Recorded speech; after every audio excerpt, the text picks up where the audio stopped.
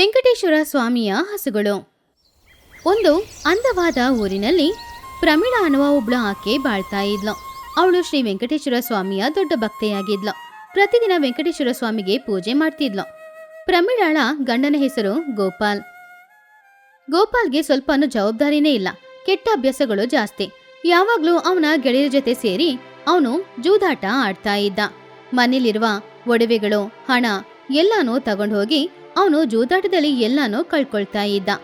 ಅವರ ಮನೆಯಲ್ಲಿ 2 ಹಸುಗಳು ಇತ್ತು. ಒಂದು ಹಸು ಹೆಸರು ಗೌರಿ, ಇನ್ನೊಂದು ಹಸುವಿನ ಹೆಸರು ಲಕ್ಷ್ಮಿ.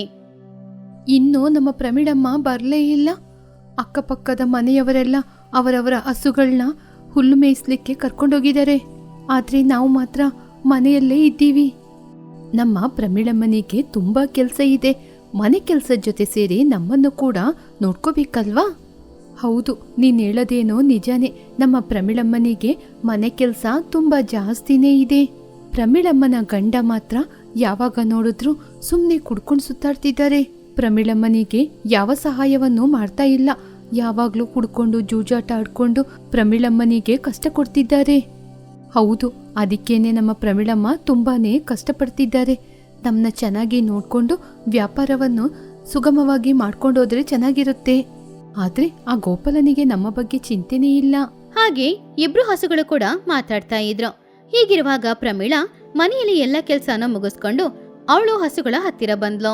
ನನ್ನನ್ನು ಕ್ಷಮಿಸಿ, ಮನೆಯಲ್ಲಿ ಕೆಲಸ ಜಾಸ್ತಿ ಇದ್ದ ಕಾರಣ ಇಲ್ಲಿಗೆ ಬರ್ಲಿಕ್ಕೆ ತಡವಾಯಿತು. ಇವಾಗ್ಲೇ ನಿಮ್ನ ಮೇಯ್ಲಿಕ್ಕೆ ಕರ್ಕೊಂಡೋಗ್ತೀನಿ. ಅಲ್ಲಿ ನೀವು ಚೆನ್ನಾಗಿ ಹುಲ್ಲನ್ನು ಮೇಯಬಹುದು. ಹಾಗೆ ಪ್ರಮೀಳಾ 2 ಹಸುಗಳನ್ನ ಕರ್ಕೊಂಡು ಅಡವಿಗೆ ಹೋಗ್ತಾ ಇದ್ಲು. ಅವಾಗ ದಾರಿಯಲ್ಲಿ ಗಂಗಾಧರ ಅನ್ನುವ ಒಬ್ರು ಪ್ರಮೀಳಾ ಹತ್ರ ಈ ರೀತಿ ಮಾತಾಡಿದ್ರು. ಇಲ್ಲಿ ನೋಡಿ ಪ್ರಮೀಳಮ್ಮ, ನಿನ್ನೆ ನಿಮ್ಮ ಗಂಡ ಜೂಜಾಟದಲ್ಲಿ ಸೋತೋದ್ರು. ನಿಮ್ಮ ಮನೆಯಿಂದ ಬೆಳ್ಳಿಯ ವಸ್ತುಗಳನ್ನು ತಗೊಂಡೋಗಿ ಗೆದ್ದವರಿಗೆ ಕೊಟ್ಟು ಬಂದ್ರು. ಹೀಗಿದ್ರೆ ಹೇಗೆ? ನೀವೇ ಅವರಿಗೆ ಬುದ್ಧಿ ಹೇಳಬೇಕು. ಎಷ್ಟೊಂದು ಹೇಳಿದ್ರು ಅವ್ರು ನನ್ನ ಮಾತು ಕೇಳೋದಿಲ್ಲ ಅಣ್ಣ. ನನ್ನ ಮಾತನ್ನ ಅವರು ಕೇಳಿದ್ರೆ ಇಷ್ಟೊತ್ತಿಗೆ ಅವರು ಸರಿಯಾಗ್ತಿದ್ರಲ್ವಾ? ಊರಲ್ಲಿರುವ ಗಂಡಸರೆಲ್ಲ ಹಸುಗಳನ್ನ ಕರ್ಕೊಂಡೋಗಿ ಮೇಯ್ಲಿಕ್ಕೆ ಬಿಟ್ಟು ಆನಂತರ ಚೆನ್ನಾಗಿದ್ದಾರೆ. ಆದ್ರೆ ನನ್ನ ಗತಿ ನೋಡಿದ್ರ ನಾನೇ ನನ್ನ ಮನೆಯಿಂದ ಹಸುಗಳನ್ನ ಮೇಯ್ಲಿಕ್ಕೆ ಕರ್ಕೊಂಡೋಗ್ಬೇಕು. ನನ್ನ ಪರಿಸ್ಥಿತಿ ಈ ರೀತಿ ಇದ್ರೆ ನಾನು ಏನ್ ಮಾಡೋದು? ಹಾಗಂತ ಪಾಪ ಪ್ರಮೀಳಾ ತುಂಬಾನು ಬೇಜಾರ್ ಮಾಡ್ಕೊಂಡು ಅಲ್ಲಿಂದ ಹೋದ್ಲು. ಇನ್ನೊಂದ್ ಕಡೆ ಗೋಪಾಲ್ ಹಣ ಎಲ್ಲಾನು ವೇಸ್ಟ್ ಆಗಿ ಖರ್ಚು ಮಾಡ್ತಾ ಇದ್ದ. ನನಗಿವತ್ತು ತುಂಬ ಸಂತೋಷವಾಗ್ತಿದೆ. 6 ತಿಂಗಳ ನಂತರ ಇವತ್ತೇ ನಾನು ಆಟದಲ್ಲಿ ಗೆದ್ದಿರೋದು. ಈ ಸಂತೋಷವನ್ನು ನಾನು ನಿಮ್ಮ ಜೊತೆ ಹಂಚ್ಕೋಬೇಕು ಅಂತ ಇದ್ದೀನಿ. ನಾನು ಗೆದ್ದಂಥ ಈ ಹಣದಲ್ಲಿ ನಿಮಗೆ ಒಂದು ಭೋಜನವನ್ನು ಏರ್ಪಾಡು ಮಾಡುತ್ತೀನಿ. ಹಾಗಂತ ಗೋಪಾಲ್ ಅವನ ಗೆಳೆಯರನ್ನ ಕರ್ಕೊಂಡು ಮನೆಗ್ ಬಂದ. ಹೀಗಿರುವಾಗ ಈ ಕಡೆ ಪ್ರಮೀಳಾ ಅಡವಿಗೆ ಕರ್ಕೊಂಡು ಹೋದ ಹಸುಗಳನ್ನ ಕರ್ಕೊಂಡು ಮನೆಗ್ ಬಂದ್ಲು. ಏನ್ರಿ, ಇವತ್ತು ತುಂಬಾ ಸಂತೋಷದಲ್ಲಿ ಇದ್ದೀರಾ? ಏನ್ ನಡೀತು? ಪ್ರಮೀಳಾ, ತುಂಬ ದಿನಗಳ ನಂತರ ಜೂಜಾಟದಲ್ಲಿ ಗೆದ್ದಿದ್ದೀನಿ. ನಾನು ಗೆದ್ದಂಥ ಹಣದಲ್ಲಿ ನನ್ನ ಗೆಳೆಯರಿಗೆ ಊಟದ ವ್ಯವಸ್ಥೆ ಮಾಡಬೇಕು. ನನ್ನ ಗೆಳೆಯರೆಲ್ಲರೂ ಮನೆಗೆ ಬರ್ತಾರೆ. ಅವರಿಗೆ ಅಡಿಗೆಯನ್ನು ಏರ್ಪಾಡು ಮಾಡು. ರೀ, ನೀವೇ ಹೇಳ್ತಾ ಇದ್ದೀರಾ ಇಷ್ಟು ದಿನಗಳ ನಂತರ ಇವಾಗಷ್ಟೇ ಗೆದ್ದಿದ್ದು ಅಂತ. ನೀವೇ ಸ್ವಲ್ಪ ಆಲೋಚನೆ ಮಾಡಿ ಆ ಗೆದ್ದಂತಹ ಹಣವನ್ನು ಕೂಡಿಟ್ಕೊಳ್ರಿ. ಅದನ್ನ ಬಿಟ್ಬಿಟ್ಟು ಇವತ್ತೇ ಖರ್ಚು ಮಾಡ್ತೀನಿ ಅಂತ ಹೇಳಿದ್ರೆ ಅದು ಚೆನ್ನಾಗಿದೆಯಾ? ನೀವು ಈ ಹಣವನ್ನು ಕೂಡಿಟ್ಕೊಂಡ್ರೆ ನಿಮ್ಮ ಕಷ್ಟದ ಸಮಯದಲ್ಲಿ ಈ ಹಣ ನಿಮಗೆ ಉಪಯೋಗಕ್ಕೆ ಬರುತ್ತೆ ಅಲ್ವಾ? ಏನು ಮಾತಾಡ್ತಾ ಇದೆಯಾ? ಇವತ್ತು ನಾನು ಸಂತೋಷವಾಗಿದ್ದೀನಿ. ನನ್ನ ಸಂತೋಷನ ಅವ್ರ ಜೊತೆ ಹಂಚ್ಕೋಬೇಕು ಅಂತ ಇದ್ದೀನಿ. ಇವತ್ತು ನಾನು ಜೂಜಾಟ ಆಡಿ ಗೆದ್ದಿದ್ದೀನಿ. ನನಗೆ ನಂಬಿಕೆ ಬಂದಿದೆ, ನಾಳೆ ಕೂಡ ನಾನೇ ಗೆಲ್ಲೋದು. ಹಾಗೆ ಪ್ರಮೀಳಾ ಎಷ್ಟೇ ಹೇಳಿದ್ರು ಅವಳ ಮಾತನ್ನ ಗೋಪಾಲ್ ಕೇಳ್ತಾ ಇರ್ಲಿಲ್ಲ. ಅವನ ಹಣನ ಖರ್ಚು ಮಾಡ್ತಾನೇ ಇದ್ದ. ಹೀಗೆ ದಿನಗಳು ಹೋಗ್ತಾ ಇತ್ತು. ಒಂದಿನ ಪ್ರಮೀಳಾಳಿಗೆ ಆರೋಗ್ಯ ಹಾಳಾಯ್ತು. ಪಾಪ ಮಂಚದಿಂದ ಅವಳಿಂದ ಎದ್ದೇಳಕ್ಕೂ ಕೂಡ ಆಗ್ಲಿಲ್ಲ. ರೀ, ನನಗಿವತ್ತು ಆರೋಗ್ಯ ಚೆನ್ನಾಗಿಲ್ಲ. ಪ್ರತಿದಿನ ನಾನೇ ತಾನೇ ಹಸುಗಳನ್ನ ಮೇಯ್ಲಿಕ್ಕೆ ಕರ್ಕೊಂಡೋಗ್ತೀನಿ. ಇವತ್ತು ನನ್ನಿಂದ ಆಗಲ್ಲ ರೀ. ಇವತ್ತೊಂದಿನ ಹಸುಗಳನ್ನ ಮೇಯ್ಲಿಕ್ಕೆ ಕರ್ಕೊಂಡೋಗ್ರಿ. ನಿನ್ನ ಕಣ್ಣಿಗೆ ನಾನು ಹೇಗೆ ಕಾಣಿಸ್ತಾ ಇದ್ದೀನಿ? ಇಂಥ ಕೆಲಸನ ನಾನು ಮಾಡೋದಿಲ್ಲ. ಇವತ್ತು ಪಕ್ಕದೂರಿನವ್ರ ಜೊತೆ ನಾನು ಜೂಜಾಟ ಆಡಬೇಕು. ಅದಕ್ಕೋಸ್ಕರ ಖಂಡಿತವಾಗಿ ಹೋಗಬೇಕು. ಅಯ್ಯೋ, ನಮ್ಮ ಹಸುಗಳು ಆಹಾರ ಇಲ್ಲದೆ ಎಷ್ಟೊಂದು ಕಷ್ಟಪಡುತ್ತೆ. ದಯವಿಟ್ಟು ಇವತ್ತೊಂದಿನ ನನಗೆ ಸಹಾಯ ಮಾಡ್ರಿ. ಇಲ್ಲ, ಈ ಹಸುಗಳನ್ನು ಕರ್ಕೊಂಡೋಗಿ ಮೇಯ್ಲಿಕ್ಕೆ ಹೋಗಲ್ಲ. ಬೇಕಾದರೆ ಮಾರಾಟ ಮಾಡಿ ಬರ್ತೀನಿ. ಅದು ಬಿಟ್ಬಿಟ್ಟು ಇವುಗಳಿಗೆ ಸೇವೆ ಮಾಡಲಿಕ್ಕೆ ನನ್ನಿಂದ ಆಗಲ್ಲ. ಹಾಗಂತ ಹೇಳಿ ಗೋಪಾಲ್ ಅಲ್ಲಿಂದ ಪಕ್ಕದೂರಿಗೆ ಹೊರಟ. ಪಾಪ ಪ್ರಮೀಳಾ ಬೇಜಾರ್ ಮಾಡ್ಕೊಳ್ತಾ ಇದ್ಲು. ಅವಳು ಮೆಲ್ಲೆ ಎದ್ದು ಪೂಜೆ ರೂಮಿಗೆ ಹೋಗಿ ಸ್ವಾಮಿಯ ಮುಂದ್ಗಡೆ ಕೂತ್ಕೊಂಡು ಅಳ್ತಾ ಇದ್ಲು. ಏನು ಸ್ವಾಮಿ ಇದು? ನನ್ನ ಜೀವನ ಯಾವಾಗ ಸರಿಯಾಗುತ್ತೆ? ನನ್ನ ಗಂಡನಿಗೆ ಸ್ವಲ್ಪ ಕೂಡ ಜವಾಬ್ದಾರಿ ಇಲ್ಲ. ಹಣವನ್ನು ಯಾವಾಗ್ಲೂ ವ್ಯರ್ಥ ಮಾಡ್ತಾ ಇದ್ದಾರೆ. ಸಾಕ್ಷಾತ್ ಮಹಾಲಕ್ಷ್ಮಿಯಾಗಿ ಯೋಚನೆ ಮಾಡುವಂತ ಹಸುಗಳನ್ನ ಅಸಹ್ಯ ಮಾಡ್ತಿದ್ದಾರೆ. ನಾನೇ ಹಗಲು ರಾತ್ರಿ ಅಂತ ಕೆಲಸ ಮಾಡಿ ನನ್ನ ಹಸುಗಳನ್ನ ತಗೊಂಡೋಗಿ ಮೇಲಿಗೆ ಕರ್ಕೊಂಡೋಗ್ತಿದ್ದೀನಿ. ಅದರ ಹಾಲನ್ನು ಕರೆದು ಊರೊಳಗೆ ಮಾರಾಟಕ್ಕೆ ತಗೊಂಡೋಗ್ತಿದ್ದೀನಿ. ದಯವಿಟ್ಟು ನನ್ನ ಗಂಡನಿಗೆ ಒಳ್ಳೆ ಬುದ್ಧಿ ಕೊಡಿ. ಅವರಿಗಿರುವ ಜೂಜಾಟ ಗುಣವನ್ನು ಅವರಿಂದ ದೂರ ಮಾಡಿ ಹಸುಗಳ ಮೇಲೆ ಅವರಿಗೆ ಜವಾಬ್ದಾರಿ ಬರುವ ರೀತಿ ನೀವೇ ಮಾಡಬೇಕು ಸ್ವಾಮಿ. ಹಾಗಂತ ಪ್ರಮೀಳಾ ವೆಂಕಟೇಶ್ವರ ಸ್ವಾಮಿಯ ಹತ್ತಿರ ಅಳುತ್ತಾ ಬೇಡ್ತಾ ಇದ್ಲು. ಅದನ್ನೆಲ್ಲ ನೋಡ್ತಾ ಇದ್ದ ವೆಂಕಟೇಶ್ವರ ಸ್ವಾಮಿಗೆ ಪ್ರಮೀಳಾಗೆ ಏನಾದರೂ ಸಹಾಯ ಮಾಡ್ಬೇಕೋ ಅಂತ ಅನಿಸ್ತಾ ಇತ್ತು. ಆದ್ರಿಂದ ಮರುದಿನ ಬೆಳಗ್ಗೆ ಒಬ್ಬ ಸಾಧಾರಣ ವ್ಯಕ್ತಿಯ ರೂಪಕ್ಕೆ ಬದಲಾಗಿ ಗೋಪಾಲ್ನ ನೋಡೋದಕ್ಕೋಸ್ಕರ ಬಂದ್ರು. ಯಾರು ನೀವು? ನಾನು ನಿಮ್ಮನ್ನ ಇದುವರೆಗೆ ಈ ಊರಲ್ಲಿ ನೋಡಲೇ ಇಲ್ಲ. ನನ್ನ ಜೊತೆ ಜೂಜಾಟ ಆಡಲಿಕ್ಕೆ ಬಂದಿದ್ದೀರಾ? ಇಲ್ಲ ಇಲ್ಲ, ನನಗೆ ಯಾವ ಅಭ್ಯಾಸನೂ ಇಲ್ಲ. ನಾನು ನನ್ನ ಲಕ್ಷ್ಮಿನ ದೂರ ಮಾಡಬೇಕು ಅಂತ ಯಾವಾಗಲೂ ಅಂದ್ಕೊಂಡಿಲ್ಲ. ನಾನು ನಿನ್ನ ತಂದೆಯ ಗೆಳೆಯ. ನಿನ್ನ ತಂದೆ ಬದುಕಿರುವಾಗ ನನ್ನ ಜೊತೆ ಸಾಲ ಮಾಡಿದ್ರು. ಏನು? ನಮ್ಮ ತಂದೆ ನಿಮ್ಮ ಜೊತೆ ಸಾಲ ಮಾಡಿದ್ರಾ? ಇಲ್ಲ ಇಲ್ಲ, ನಮ್ಮ ತಂದೆಗೆ ಸಾಲ ಮಾಡುವ ಅಭ್ಯಾಸ ಇಲ್ಲ. ನಾನೇನು ಸುಳ್ಳು ಹೇಳ್ತಾ ಇಲ್ಲ. ಬೇಕಂದ್ರೆ ನೋಡಿ, ನಿಮ್ಮ ತಂದೆನೇ ಬರೆದು ಸಹಿ ಹಾಕಿ ಕೊಟ್ಟಿರುವ ಕಾಗದ. ಹಾಗೆ ವೆಂಕಟೇಶ್ವರ ಸ್ವಾಮಿ ಕೆಲವು ಪತ್ರಗಳನ್ನ ಗೋಪಾಲ್ ಹತ್ರ ಕೊಟ್ರು. ಗೋಪಾಲ್ ಆ ಪತ್ರಗಳನ್ನ ಓದಿ ತುಂಬಾನೇ ಶಾಕ್ ಆದ. ಅಯ್ಯೋ, ನಮ್ಮ ತಂದೆ ನಿಮ್ಮ ಜೊತೆ ತುಂಬ ಸಾಲ ಮಾಡಿದ್ದಾರೆ. ಇವಾಗಲಾದರೂ ತಿಳ್ಕೊಂಡ್ರಲ್ವಾ? ಧನ್ಯವಾದಗಳು. ಇವಾಗ ತಕ್ಷಣ ಈ ಸಾಲವನ್ನು ನೀವೇ ತೀರಿಸಬೇಕು. ನಾನು ನಾಳೆ ನಿಮ್ಮ ಮನೆಗೆ ಬರ್ತೀನಿ. ಆವಾಗ ಎಲ್ಲ ಹಣವನ್ನು ನೀವು ಕೊಡಬೇಕು. ಹಾಗಂತ ಹೇಳಿ ವೆಂಕಟೇಶ್ವರ ಸ್ವಾಮಿ ಅಲ್ಲಿಂದ ಹೋದ್ರು. ಅದನ್ನೆಲ್ಲ ಕೇಳ್ತಾ ಇದ್ದ ಪ್ರಮೀಳಾ ಹಾಗೂ ಗೋಪಾಲ್ಗೆ ಏನ್ ಮಾಡೋದಂತಾನೋ ಅರ್ಥ ಆಗ್ಲಿಲ್ಲ. ಮಾವಯ್ಯ ಇಷ್ಟೊಂದು ಸಾಲ ಮಾಡಿರ್ತಾರೆ ಅಂತ ನಾನು ಯಾವತ್ತೂ ತಿಳ್ಕೊಂಡಿರ್ಲಿಲ್ಲ ರೀ. ನಾವು ನಮ್ಮ ಆಸ್ತಿಯನ್ನೆಲ್ಲ ಮಾರಿ ಆ ವ್ಯಕ್ತಿಗೆ ಸಾಲ ಕೊಡ್ಬೇಕಾಗುತ್ತೆ. ಹೌದು, ಇಷ್ಟು ದಿನ ನಾನು ಸಂತೋಷವಾಗಿದ್ದೆ. ಯಾವ ಸಾಲನೂ ಇರಲಿಲ್ಲ. ಇವಾಗ ನನ್ನ ಹಣವನ್ನು ಇನ್ನೊಬ್ಬರಿಗೆ ಕೊಡಬೇಕಾ? ಹಾಗಂತ ಹೇಳಿ ಗೋಪಾಲ್ ತುಂಬಾನು ಬೇಜಾರ್ ಮಾಡ್ಕೊಂಡ. ಮರುದಿನ ಬೆಳಗ್ಗೆ ವೆಂಕಟೇಶ್ವರ ಸ್ವಾಮಿ ಪುನಃ ಆ ವ್ಯಕ್ತಿಯ ರೂಪಕ್ಕೆ ಬದಲಾಗಿ ಗೋಪಾಲ್ನ ನೋಡೋದಕ್ಕೋಸ್ಕರ ಬಂದ್ರು. ಆವಾಗ ಗೋಪಾಲ್ ಬೇರೆ ದಾರಿ ಇಲ್ಲದೆ ಅವನ ಆಸ್ತಿಗಳನ್ನೆಲ್ಲ ಸ್ವಾಮಿಯ ಹತ್ತಿರನೇ ಕೊಟ್ಬಿಟ್ಟ. ಆವಾಗ ಸಾಧಾರಣ ವ್ಯಕ್ತಿಯ ರೂಪದಲ್ಲಿದ್ದ ವೆಂಕಟೇಶ್ವರ ಸ್ವಾಮಿ ಈ ರೀತಿ ಹೇಳಿದ್ರು. ತುಂಬ ಸಂತೋಷ. ಇವಾಗಲಾದರೂ ನನ್ನ ಸಾಲ ತೀರಿಸಿದ್ದೀರಾ. ನಿಮ್ಮನ್ನು ನೋಡಿದ್ರೆ ಕೂಡ ನನಗೆ ಬೇಜಾರಾಗ್ತಿದೆ. ಆದರೆ ಏನು ಮಾಡೋದು, ನನ್ನ ಕೈಯಲ್ಲಿ ಏನೂ ಇಲ್ಲ. ಹಾಗಂತ ಹೇಳಿ ವೆಂಕಟೇಶ್ವರ ಸ್ವಾಮಿ ಅಲ್ಲಿಂದ ಹೋದ್ರು. ಇವಾಗ ನಾವು ಎಲ್ಲಿಗೆ ರೀ ಹೋಗೋದು? ಆ ಮರದ ಕೆಳಗಡೆ ಸಣ್ಣ ಒಂದು ಗುಡಿಸಲಾಕೋಣ. ಹಾಗೆ ಗೋಪಾಲ್ ಹಾಗೂ ಪ್ರಮೀಳಾ ಇಬ್ರು ಕೂಡ ಒಂದು ಮರದ ಕೆಳಗಡೆ ಒಂದು ಗುಡಿಸಲನ್ನ ಕಟ್ಕೊಂಡ್ರು. ಇವಾಗ ಅವ್ರ ಹತ್ರ ಇರೋದು ಬರೀ ಗೌರಿ ಹಾಗೂ ಲಕ್ಷ್ಮಿ ಹಸುಗಳು ಮಾತ್ರ. ಇವಾಗ್ಲೂ ಏನು ಕಾಲ ಮಿಂಚಿಲ್ಲ ರೀ. ನಾವು ಎಲ್ಲ ಕಳ್ಕೊಂಡ್ರು ಕೂಡ ನಮ್ ಜೊತೆ ಅಮೂಲ್ಯವಾದ ನಮ್ಮ ಹಸು ಇದೆ ರೀ.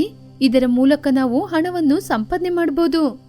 ಇನ್ನು ಮುಂದೆಯಾದ್ರೂ ನಮ್ಮ ಹಸುಗಳನ್ನ ಚೆನ್ನಾಗಿ ನೋಡ್ಕೊಳ್ರಿ. ನೀನು ಹೇಳೋದು ಕೂಡ ನಿಜಾನೇ. ಇವಾಗ ನನಗೆ ಯಾವ ಆಸರೆನೂ ಇಲ್ಲ. ಈ ಹಸುವನ್ನು ಮೇಯಿಸಿಕೊಂಡು ಇದರ ಹಾಲಿಂದನೇ ವ್ಯಾಪಾರ ಮಾಡಬೇಕು. ಹಾಗೆ ಆ ದಿನದಿಂದ ಗೋಪಾಲ್ ಆ 2 ಹಸುಗಳನ್ನ ತುಂಬಾ ಚೆನ್ನಾಗಿ ನೋಡ್ಕೊಳ್ಳಕ್ಕೆ ಶುರು ಮಾಡಿದ. ಅದನ್ನು ನೋಡಿದ ಗೌರಿ ಹಸು ಹಾಗೂ ಲಕ್ಷ್ಮಿ ಹಸು ಇಬ್ರು ಕೂಡ ತುಂಬಾನು ಸಂತೋಷಪಟ್ರು. ತುಂಬಾ ಆಶ್ಚರ್ಯವಾಗಿದೆ. ನಮ್ಮ ಪ್ರಮೀಳಮ್ಮನ ಗಂಡ ಗೋಪಾಲನವರು ನಮ್ನ ಕಾಡಿಗೆ ಕರ್ಕೊಂಡೋಗ್ತಿದ್ದಾರೆ. ನಮ್ನ ಈ ನಡುವೆ ತುಂಬಾ ಚೆನ್ನಾಗಿ ನೋಡ್ಕೋತಾರೆ. ಹೌದು, ನಮ್ಮ ಪ್ರಾಮುಖ್ಯತೆ ಏನು ಅಂತ ಇವಾಗ್ಲಾದ್ರೂ ಅವರು ತಿಳ್ಕೊಂಡ್ರಲ್ವಾ? ಹಾಗೆ ಹಸುಗಳು ಕೂಡ ಗೋಪಾಲ್ ಬಗ್ಗೆ ಯೋಚನೆ ಮಾಡಿ ಸಂತೋಷ ಪಡ್ತಿತ್ತು. ಹೀಗಿರುವಾಗ ಗೋಪಾಲ್ ಹಸುಗಳನ್ನ ಚೆನ್ನಾಗಿ ನೋಡ್ಕೊಂಡು ಹಸುಗಳು ಕೊಡುವ ಹಾಲನ್ನ ಅವನೇ ತಗೊಂಡು ಹೋಗಿ ವ್ಯಾಪಾರ ಮಾಡ್ತಿದ್ದ. ಹಾಗೇನೆ ಜೂದಾಟ ಆಡೋದನ್ನ ಅವನು ನಿಲ್ಲಿಸ್ಬಿಟ್ಟ. ಸ್ವಾಮಿ ವೆಂಕಟೇಶ್ವರ, ನನ್ನ ಗಂಡನಲ್ಲಿ ಬದಲಾವಣೆ ಬಂದಿದೆ. ನನ್ನ ಗಂಡನ ಬದಲಾವಣೆಗೆ ನೀವೇ ಕಾರಣ ಅಂತ ನನಗ್ ಗೊತ್ತಿದೆ. ಹಾಗಂತ ಪ್ರಮೀಳಾ ಸ್ವಾಮಿಗೆ ಕೈ ಮುಗ್ದು ಧನ್ಯವಾದ ತಿಳಿಸಿದ್ಲು. ಹಾಗೆ ದಿನಗಳು ಹೋಗ್ತಾ ಇತ್ತು. ಗೋಪಾಲ್ ತುಂಬಾ ಒಳ್ಳೆ ಮನುಷ್ಯನಾಗಿ ಬದಲಾದ. ಇದನ್ನೆಲ್ಲ ನೋಡ್ತಾ ಇದ್ದ ಶ್ರೀ ವೆಂಕಟೇಶ್ವರ ಸ್ವಾಮಿ ತಕ್ಷಣ ಅವ್ರ ಮುಂದ್ಗಡೆ ಪ್ರತ್ಯಕ್ಷವಾದ್ರು. ನಿನ್ನ ನೋಡಿದ್ರೆ ನನಗೆ ತುಂಬ ಸಂತೋಷವಾಗ್ತಿದೆ ಗೋಪಾಲ. ನೀನೀಗೆ ಬದಲಾಗಬೇಕು ಎಂದು ನಿನ್ನ ಆಸ್ತಿಯನ್ನು ನಾನೇ ತೆಗೆದುಕೊಂಡೆ. ಏನು ಸ್ವಾಮಿ ನೀವು ಹೇಳೋದು? ನನ್ನ ಆಸ್ತಿಯನ್ನು ನೀವು ತಗೊಂಡ್ರಾ? ಹೌದು, ಅವತ್ತು ನಿನ್ನ ಮನೆಗೆ ಬಂದು ನಿನ್ನ ಆಸ್ತಿಯನ್ನೆಲ್ಲ ತೆಗೆದುಕೊಂಡಿದ್ದು ನಾನೇ.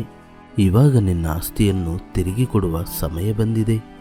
ಹಾಗಂತ ಹೇಳಿ ವೆಂಕಟೇಶ್ವರ ಸ್ವಾಮಿ ಗೋಪಾಲ್ ಹತ್ರ ತಗೊಂಡ ಎಲ್ಲ ಆಸ್ತಿಗಳನ್ನ ವಾಪಸ್ ಕೊಟ್ರು. ಅದನ್ನ ನೋಡಿ ಗೋಪಾಲ್ ಪ್ರಮೀಳಾ ಸಂತೋಷಪಟ್ರು, ಹಸುಗಳು ಕೂಡ ಸಂತೋಷಪಟ್ರು. ಹಾಗೆ ಮೊದಲು ಗೋಪಾಲ್ ಮಾಡಿದ ತಪ್ಪಿಗೆ ವೆಂಕಟೇಶ್ವರ ಸ್ವಾಮಿ ಅವನಿಗೆ ಶಿಕ್ಷಣ ಕೊಟ್ರು. ಆಮೇಲೆ ಅವನನ್ನ ಅವರೇ ರಕ್ಷಿಸಿದ್ರು. ಕಲ್ಯಾಣಿಪುರದಲ್ಲಿ ದೊಡ್ಡ ವೆಂಕಟೇಶ್ವರ ಸ್ವಾಮಿ ದೇವಸ್ಥಾನ ಇತ್ತು. ಆ ದೇವಸ್ಥಾನ ತುಂಬಾನೇ ಪ್ರಸಿದ್ಧವಾದದ್ದು. ಕಲ್ಯಾಣಿಪುರದ ಪ್ರಜೆಗಳು ಎಲ್ರೂ ಕೂಡ ಪ್ರತಿದಿನ ಸ್ವಾಮಿಯ ದೇವಸ್ಥಾನಕ್ಕೆ ಬಂದು ಭಕ್ತಿಯಿಂದ ಸ್ವಾಮಿಗೆ ಪೂಜೆ ಮಾಡ್ತಾ ಇದ್ರು. ಅದೇ ಊರಿನಲ್ಲಿ ಮಲ್ಲಿಕಾ ಅನ್ನುವ ಒಬ್ಳು ಚಿಕ್ಕ ಹುಡುಗಿ ಇದ್ಲು. ಮಲ್ಲಿಕಾ ಅವಳು ಚಿಕ್ಕ ವಯಸ್ಸಲ್ಲೇ ತಂದೆ ತಾಯಿನ ಕಳ್ಕೊಂಡಿದ್ಲು. ಆದ್ರಿಂದ ಪಾಪ 4 ಮನೆಗಳಲ್ಲಿ ಕೆಲಸ ಮಾಡ್ಕೊಂಡು ಜೀವನಾನ ಬಾಳ್ತಿದ್ಲು. ಇವತ್ತು ತುಂಬಾನೇ ತಡವಾಗ್ಬಿಡ್ತು. ಜಮುನಾ ಅವರು ಮೊದ್ಲೇ ತುಂಬಾ ಕೋಪಗಾರ್ತಿ. ನನ್ನ ಎಲ್ಲಾದ್ರೂ ಬೈದ್ಬಿಟ್ರೆ ಸ್ವಾಮಿ, ಜಮುನಾ ಅವರು ನನ್ನ ಬೈಯದ ಹಾಗೆ ನೀವೇ ನೋಡ್ಕೊಂಡು ನನ್ನ ಕಾಪಾಡ್ಬೇಕು ಸ್ವಾಮಿ. ಹಾಗಂತ ಮಲ್ಲಿಕಾ ಜಮುನಾಳ ಮನೆಗೆ ಹೋದ್ಲು. ಆವಾಗ ಜಮುನಾ ಮಲ್ಲಿಕಾಳಿಗೋಸ್ಕರ ಕಾಯ್ತಾ ಇದ್ರು. ಏನು ಮತ್ತೆ ತಡವಾಗಿ ಬಂದಿದೀಯಾ? ನಿಜವಾಗ್ಲೂ ನಿನ್ನ ಏನ್ ಮಾಡಿದ್ರು ತಪ್ಪಿಲ್ಲ ಕಣೆ. ಸಣ್ಣ ಹುಡುಗಿ ಚೆನ್ನಾಗಿ ಕೆಲಸ ಮಾಡ್ತಾಳೆ ಅಂತ ಈ ಮನೇಲಿ ನಿನ್ಗೆ ಕೆಲಸ ಕೊಟ್ರೆ ಯಾವಾಗ ನೋಡಿದ್ರು ತಡವಾಗಿಯೇ ಬರ್ತೀಯ. ನಿನ್ನ ಏನೇ ಮಾಡೋದು? ಇಲ್ಲಮ್ಮ, ನನಗೆ ಆರೋಗ್ಯ ಸರಿ ಇಲ್ಲ, ಅದಕ್ಕೆ ಇಷ್ಟೊಂದು ತಡವಾಯ್ತು. ಆದ್ರೆ ಕೆಲಸ ಎಲ್ಲ ಬೇಗ ಮಾಡ್ಬಿಡ್ತೀನಿ, ತುಂಬಾ ಲೇಟ್ ಏನು ಮಾಡೋದಿಲ್ಲಮ್ಮ. ಹಾಗೆ ಮಲ್ಲಿಕಾ ಕೆಲಸ ಮಾಡಕ್ಕೆ ಶುರು ಮಾಡಿದ್ಲು. ಬೇಗನೆ ಜಮುನಾಳ ಮನೆಯಲ್ಲಿ ಕೆಲಸ ಮಾಡಿ ಉಳಿದವರ ಮನೆಗೆ ಹೋಗಿ ಕೆಲಸ ಮಾಡ್ತಿದ್ಲು. ಹಾಗೆ ಎಲ್ಲರ ಮನೆಯಲ್ಲಿ ಕೆಲಸ ಮಾಡಿ ಮನೆಗೆ ಬರುವಾಗ ಸುಮಾರು ಸಮಯ ಆಗಿತ್ತು. ಪಾಪ ಅವಳಿಗೆ ತುಂಬಾನು ಸುಸ್ತಾಗ್ತಾ ಇತ್ತು. ಇವತ್ತು ತುಂಬಾ ಸುಸ್ತಾಗೋಗಿದೆ. ಕೆಲಸ ಮಾಡಿ ಮಾಡಿ ತುಂಬಾ ಆಯಾಸವಾಗಿದೆ. ಮನೆಗೆ ಹೋಗಿ ತುಂಬಾ ಹೊತ್ತು ವಿಶ್ರಾಂತಿ ತಗೋಬೇಕು. ಇನ್ನು 4 ಕಿಲೋಮೀಟರ್ ನಡ್ಕೊಂಡು ಹೋಗ್ಬೇಕು ನಾನು. ಸ್ವಾಮಿ ವೆಂಕಟೇಶ್ವರ, ನಮ್ಮ ಅಮ್ಮ ಯಾವಾಗ್ಲೂ ಹೇಳ್ತಾ ಇರ್ತಾರೆ, ಕಷ್ಟದಲ್ಲಿ ಇರುವಾಗ ಸ್ವಾಮಿ ವೆಂಕಟೇಶ್ವರ ಸ್ವಾಮಿನ ಪ್ರಾರ್ಥನೆ ಮಾಡ್ಕೊ ಅಂತ. ನಾನಿವಾಗ ಕಷ್ಟದಲ್ಲಿದ್ದೀನಿ, ದಯವಿಟ್ಟು ನೀವೇ ನನ್ನನ್ನು ಕಾಪಾಡಬೇಕು ಸ್ವಾಮಿ, ನೀವೇ ನನ್ನನ್ನು ರಕ್ಷಿಸಬೇಕು. ಹಾಗೆ ಮಲ್ಲಿಕಾ ತುಂಬಾನೇ ಸುಸ್ತಾಗಿರೋದ್ರಿಂದ ಅವಳು ಮೆಲ್ಲೆ ನಡೀತಾ ಇದ್ಲು. ಸ್ವಲ್ಪ ದೂರ ಹೋಗ್ತಾ ಇದ್ದಾಗ ಪಾಪ ಅವಳಿಗೆ ತುಂಬಾನೇ ದಾಹ ಆಗ್ತಾ ಇತ್ತು. ಅಯ್ಯೋ, ತುಂಬಾ ನೀರ್ ದಾಹ ಆಗ್ತಾ ಇದೆ. ತುಂಬಾ ಕೆಲಸ ಮಾಡಿ ಸುಸ್ತಾಗಿದೆ. ಯಾರಾದ್ರೂ ನೋಡಿ ನನ್ಗೆ ಕುಡಿಯಕ್ ನೀರ್ ಕೊಟ್ರೆ ಚೆನ್ನಾಗಿರುತ್ತೆ. ಹಾಗಂತ ಮಲ್ಲಿಕಾ ಸುತ್ತಮುತ್ತ ನೋಡಿದ್ಲು. ಅಲ್ಲಿ ಒಂದು ಕಲ್ಲಂಗಡಿ ತೋಟ ಇತ್ತು. ಆ ಕಲ್ಲಂಗಡಿ ತೋಟದಲ್ಲಿ ಒಬ್ಬ ವ್ಯಕ್ತಿ ಇದ್ರು. ಅವರನ್ನ ನೋಡಿ ಮಲ್ಲಿಕಾ ಹತ್ರ ಹೋದ್ಲು. ನನಗೆ ತುಂಬಾ ದಾಹ ಆಗ್ತಿದೆ, ದಯವಿಟ್ಟು ಕುಡಿಲಿಕ್ಕೆ ಸ್ವಲ್ಪ ನೀರು ಕೊಡಿ. ನೀರು ಕುಡಿದ ನಂತರ ನಾನು ಮನೆಗೆ ಹೊರಟೋಗ್ತೀನಿ. ಯಾರಮ್ಮ ನೀನು? ಈ ರಾತ್ರಿಯಲ್ಲಿ ಎಲ್ಲಿಗೆ ಹೋಗ್ತಾ ಇದ್ಯಾ? ನನ್ನ ಹೆಸರು ಮಲ್ಲಿಕಾ. ನಾನು ಮನೆ ಕೆಲಸ ಮಾಡ್ತಾ ಇದ್ದೀನಿ. ಮನೆ ಕೆಲಸ ಮಾಡುವ ಸ್ಥಳದಲ್ಲಿ ನಾನು ನೀರು ಕುಡಿಯೋಕ್ಕೆ ಮರ್ತ್ಬಿಟ್ಟೆ. ಅದಕ್ಕೆ ಇವತ್ತು ನನಗೆ ತುಂಬಾನೇ ಸುಸ್ತಾಗ್ತಿದೆ. ಇನ್ನು ನಾನು 4 ಕಿಲೋಮೀಟರ್ ನಡಿಬೇಕಾಗಿದೆ. ನನಗೆ ಸ್ವಲ್ಪ ನೀರು ಕೊಡಿ. ಹಾಗೆ ಮಲ್ಲಿಕಾ ಕೇಳಿದ್ರಿಂದ ಹೊಲದಲ್ಲಿದ್ದ ಆ ವ್ಯಕ್ತಿ ಮಲ್ಲಿಕಾಳಿಗೆ ಕುಡಿಯಕ್ಕೆ ನೀರು ಕೊಟ್ರು. ನಿಮಗೆ ತುಂಬಾ ಧನ್ಯವಾದಗಳು. ಹೌದು, ಇಷ್ಟಕ್ಕೂ ನಿಮ್ಮ ಹೆಸರೇನು ಅಂತ ಹೇಳಿಲ್ಲ. ಈ ಸಮಯದಲ್ಲಿ ಈ ತೋಟದಲ್ಲಿ ನೀವೇನ್ ಮಾಡ್ತಿದ್ದೀರಾ? ನನ್ನ ಹೆಸರು ಗೋವಿಂದಯ್ಯ. ನಾನು ಈ ತೋಟಕ್ಕೆ ಕಾವಲುಗಾರನಾಗಿದ್ದೀನಿ. ನಾನು ಈ ಕಲ್ಲಂಗಡಿ ತೋಟವನ್ನು ಜೋಪಾನವಾಗಿ ನೋಡ್ಕೊಳ್ತಾ ಇದ್ದೀನಿ. ನಿನ್ನ ನೋಡಿದ್ರೆ ನನಗೆ ತುಂಬ ಬೇಜಾರಾಗ್ತಿದೆ ಮಗಳೇ. ಈ ವಯಸ್ಸಲ್ಲಿ ಎಷ್ಟು ಕಷ್ಟಪಡ್ತೀಯ? ಏನ್ ಮಾಡೋದು, ಇದೆಲ್ಲಾನು ನನ್ನ ಹಣೆ ಬರಹ. ನಮ್ಮ ತಂದೆ ತಾಯಿ ಒಂದು ಅಪಘಾತದಲ್ಲಿ ತೀರ್ಕೊಂಡ್ಬಿಟ್ರು. ಅವ್ರು ಮಾತ್ರ ಜೀವಂತವಾಗಿದ್ದಿದ್ರೆ ನನಗೆ ಈ ದಿನ ಈ ರೀತಿ ಪರಿಸ್ಥಿತಿ ಬರ್ತಾ ಇರಲಿಲ್ಲ. ನಮ್ಮ ತಂದೆ ತಾಯಿ ಮಾತ್ರ ನನ್ನ ಜೊತೆ ಇದ್ದಿದ್ರೆ ನಾನು ಇಷ್ಟೊಂದು ಕಷ್ಟಪಡಬೇಕಾದ ಅವಶ್ಯಕತೆನೇ ಇರಲಿಲ್ಲ. ಅದಕ್ಕೇನೆ ಇವತ್ತು ನಾನು ಇಷ್ಟೊಂದು ಕಷ್ಟಪಡ್ತಿದ್ದೀನಿ. ಇಂತಹ ಮಕ್ಕಳು ಓದಬೇಕು. ಈ ವಯಸ್ಸಲ್ಲಿ ಓದದಿದ್ರೆ ನಿನ್ನ ಜೀವನನೇ ಹಾಳಾಗುತ್ತೆ. ನಿಜಾನೇ, ಆದ್ರೆ ನಾನು ಸಂಪಾದನೆ ಮಾಡುವ ಹಣ ನನ್ನ ಖರ್ಚಿಗೇನೆ ಸರಿಯಾಗೋಗುತ್ತೆ. ಹಾಗಿರುವಾಗ ನನ್ನ ಸಂಪಾದನೆಯಲ್ಲಿ ನಾನು ಹೇಗೆ ವಿದ್ಯಾಭ್ಯಾಸಕ್ಕೆ ಅಂತ ತೆಗ್ದಿಡೋದು ಆಗಲ್ಲ ಅಲ್ವಾ? ನಿಮ್ಮಂಥವರಿಗೆ ಸಹಾಯ ಮಾಡಬೇಕು ಅಂತ ನನ್ನ ಹೆಂಡತಿ ಯಾವಾಗಲೂ ಹೇಳ್ತಾನೆ ಇರ್ತಾಳೆ. ನಾನು ನಿನಗೆ ಸಹಾಯ ಮಾಡಬೇಕು ಅಂತ ತೀರ್ಮಾನ ಮಾಡಿದ್ದೀನಿ. ನನಗೆ ನೀವು ಸಹಾಯ ಮಾಡ್ತೀರಾ? ಯಾವ ರೀತಿ ಸಹಾಯ ಮಾಡ್ತೀರಾ? ನಾನು ಇವಾಗಲೇ ಹೇಳ್ಬಿಡ್ತೀನಿ, ಯಾರೋ ನನಗೆ ಸಹಾಯ ಮಾಡಿದ್ರು ನಾನು ಆ ಸಹಾಯನ ಸುಮ್ಮನೆ ಪಡ್ಕೊಳ್ಳೋದಿಲ್ಲ. ನಾನು ಕಷ್ಟಪಟ್ಟು ದುಡ್ಡು ಸಂಪಾದನೆ ಮಾಡ್ತೀನಿ. ಇಷ್ಟು ಸಣ್ಣ ವಯಸ್ಸಲ್ಲಿ ಎಷ್ಟು ಒಳ್ಳೆ ಮನಸ್ಸಿದೆ ನಿನಗೆ ಹಣ ಕೊಡಬೇಕು ಅಂತ ಅಂದ್ಕೊಂಡಿದ್ದೀನಿ. ಒಂದು ಕೆಲಸ ಮಾಡ್ತೀನಿ, ನಾನು ನಿನಗೆ ಕಲ್ಲಂಗಡಿ ಹಣ್ಣನ್ನು ಕೊಡ್ತೀನಿ, ಇದನ್ನು ವ್ಯಾಪಾರ ಮಾಡಿ ಸಂಪಾದನೆ ಮಾಡು.